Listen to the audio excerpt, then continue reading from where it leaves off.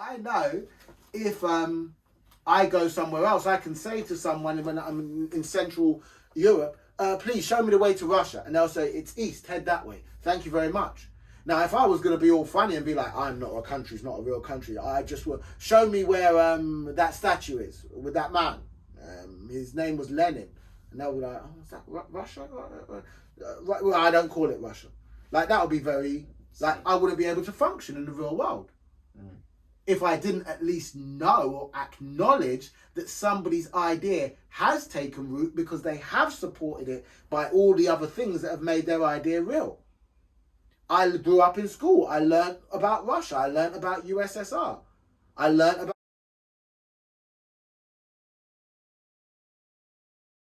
St. Petersburg. I learned about Russia's involvement in the Second World War, First World War, the Cold War. So the idea that I'm not going to call Russia a country is slightly crazy. So would you classify every country now as a country? Yeah, would you classify them? Well, this is why they have things. This is why they have things like the United Nations. We know what the countries of the world are. They have classifications for countries. So if you want to be a country, you must hit certain targets.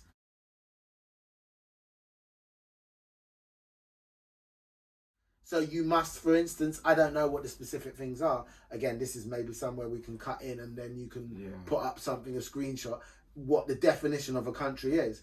But there'll be things, it'll be in Wikipedia, there'll be a United Nations definition, there'll be a World Monetary Fund, International Monetary Fund, World Bank, definitions of what countries are, so that they know I'm dealing with a country. So a country might have a prime minister or a president. Is Ireland and Northern Ireland two separate countries? Ireland and Northern Ireland are two separate countries, certainly. Yeah. So how did Northern Ireland become a country? I mean, that's a subject all on its own. But essentially, you're going back to the Middle Ages, and you're looking at the Civil War, if you like, in what wouldn't have been the United Kingdom then. I think 1707 is when Scotland, the Act of the Union formed. But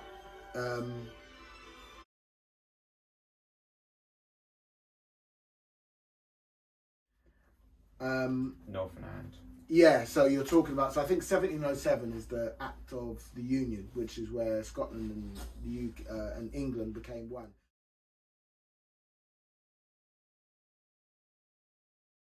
Whole nother story, but you've got a series of wars basically between Catholics and, or not even wars to be fair, but internal struggles in the United Kingdom between Catholics and Protestants. And one of the dividing lines for that battle became, which actually I think is a natural border, which was, I think, the hills in Northern Ireland to the Southern Ireland. And that really was the result of that internal struggle between Catholicism and Protestantism.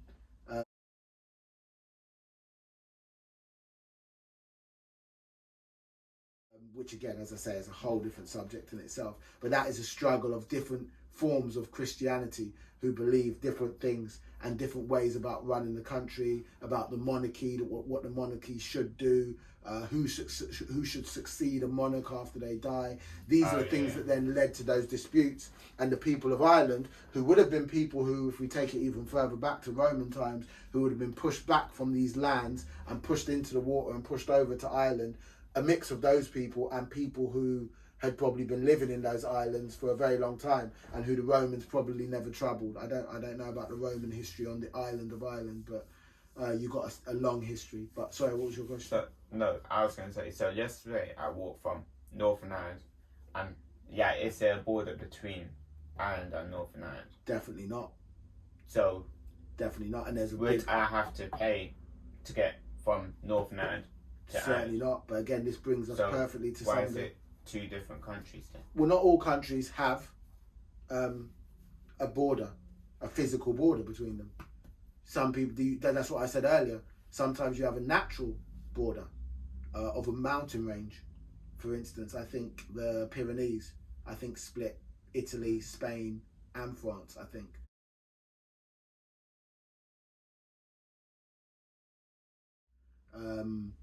Sometimes you have that natural border. But it's actually a very good question you asked, because one of the disputes with Brexit and what's going on there is I was just saying that there was a history of Protestants v Catholics. There was lots of wars, even up to the present day, into my timeline, in the 80s, where you had Irish dissidents bombing the UK. Yeah. So that was the IRA. They used to bomb the UK because what they wanted was the government to basically tear down the border. You got, again, a very long story, and we can go into that into more detail. But essentially, you've got a group of people who will believe that the island of Ireland, is one island of one people, which has been infiltrated by the United Kingdom. You have another group of people, mainly people who are UK loyal. They're called the Loyalists, or the Unionists as well. Or the Loyalists and the Unionists might be different. We'll check it out. Who would believe that the Northern Ireland is separate from Ireland, and those two have to be kept separate. So the line is there, but and then essentially the answer to that came in like the late 90s with Tony Blair and Bill Clinton helping to and Nelson Mandela to a large degree told them to talk for years, and they never listened until they actually sat down and talked. But they came together to formulate the peace process, or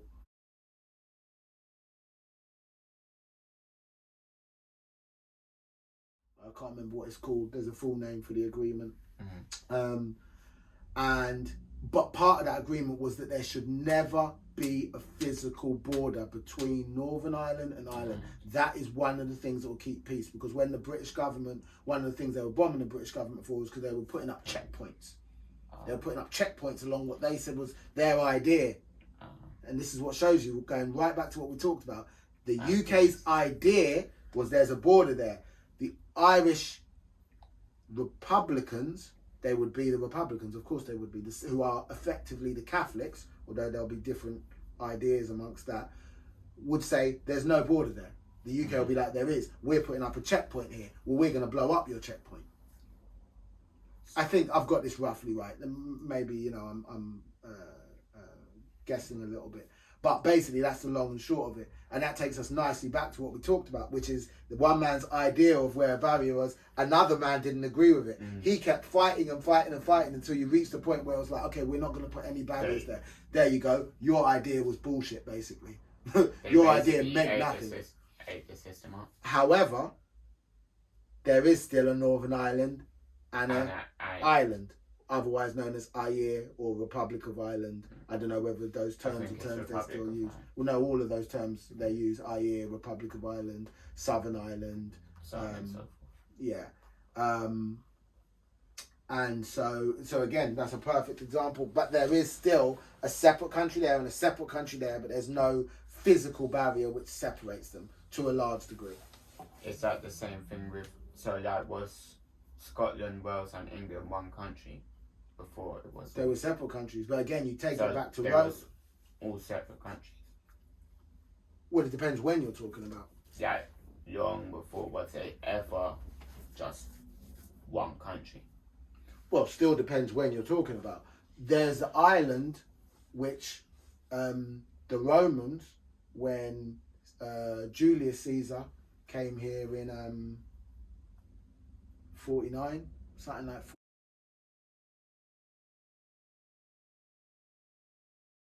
BC. He destroyed the Gauls, and he described this as an island of the Britain, and I think Britain's got its own meaning as well. But Briton, I think it was.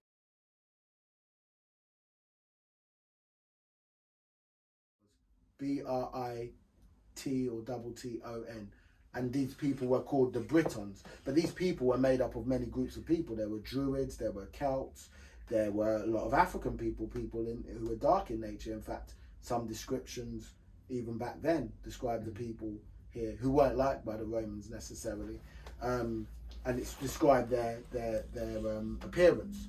But that's neither here nor there. But this was known as the Britain. And what the Romans did was they came and they made certain cities all over Britain. Some of the biggest ones were York, They called that Iberacum. London, of course, Londinium. Bath, I think would be what. There's loads of them. Most of the main cities now were Roman cities, and they developed road systems, aqueducts, and all type of things as the Romans did. So back to your point, was this ever one land? Well, yeah. Like I say, everywhere was one land until some man came along with an idea, right? Yeah. But what you had was, as the Romans came, they pushed the people who lived off the land, who didn't want to live in their Roman cities, the people who had their own traditions, their own systems, their own gods that they worshipped, whatever, they pushed them outwards.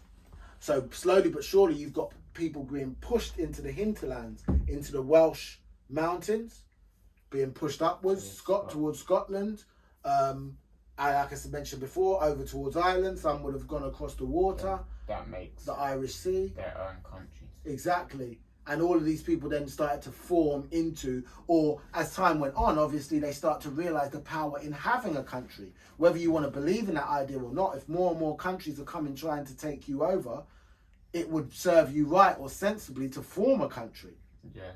If you haven't yet. And do all the things that a country can do, i.e. protect your border, because that's what a country promises, right? It promises safe protection. Thank you. We might even find that in the definition of country somewhere.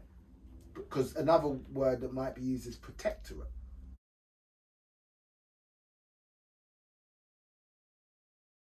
A protectorate, we'll look it up, but a protectorate could also be another word for a country, because that's what Romans would have had, or certainly emperors. They would have had areas that, let's say, they called them protectorates. I think the actual definition is there might have still been some type of emperor in place, but that emperor then swore his allegiance to the Roman emperor or a bigger king, and that's why that area is called a protectorate. That might have been an early name for country. We'll look that up and research that and see. But so in answer to the question, that's how some of these countries would have formed. But it still doesn't take away from the initial question that you asked, which is that everywhere was a piece of land, a long, big piece of land, before somebody carved out a piece of made their idea. If you ever go and have a look at the map of Africa, you'd never see a place where so many countries are separated by straight line boundaries. Yeah, it's always jagged or curved.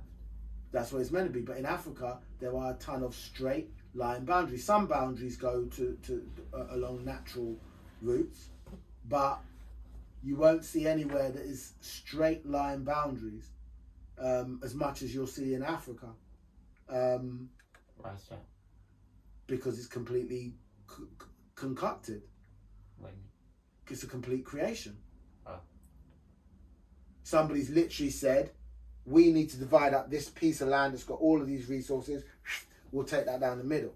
Most boundaries for most naturally formed countries, or naturally formed groups of people rather, are formed around natural landmarks, mountain ranges, rivers, lakes, oceans.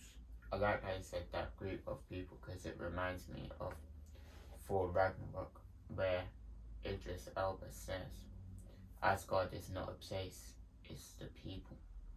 Yes. So in other words, the people can move anywhere else and still be that people. Be Asgard. It'll Absolutely. always be Asgard. Absolutely. It's probably a very important line, probably at a very important moment when they're about to lose their land, right? Yeah, precisely. And if some of the people who'd had their lands taken away had been able to keep that sense of who they were, they may have been able to reformulate that in other places. Indeed, there are examples where people have been able to do that, to take, been displaced as a people. Probably not, Africa's obviously an example. Native American people are an example as well, of you get displaced from your land, but your ideas continue until there's nowhere left for you to go, there's no fight left, and of course if there's no people, or as has happened with the Native Americans, effectively they've been watered down completely to the point whereby most Native Americans have some European settler blood in them, which means their allegiance isn't purely to the Native American culture, but it's now a kind of hybrid version of culture, but still they probably draw on the truth that was the Native American culture. Is it all finished? Yeah, I think we'll probably pause that one actually.